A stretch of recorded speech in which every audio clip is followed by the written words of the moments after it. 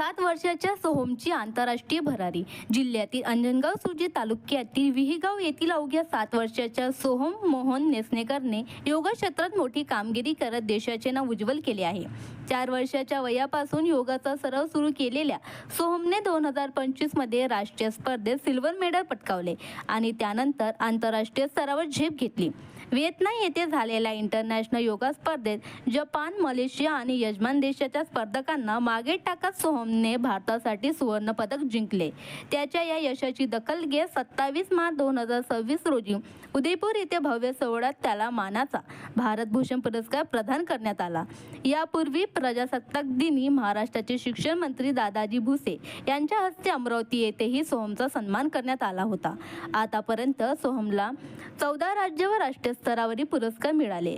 एवढ्या लहान वयात मिळवलेले हे यश संपूर्ण जिल्ह्यासाठी अभिमानाची बात ठरत आहे.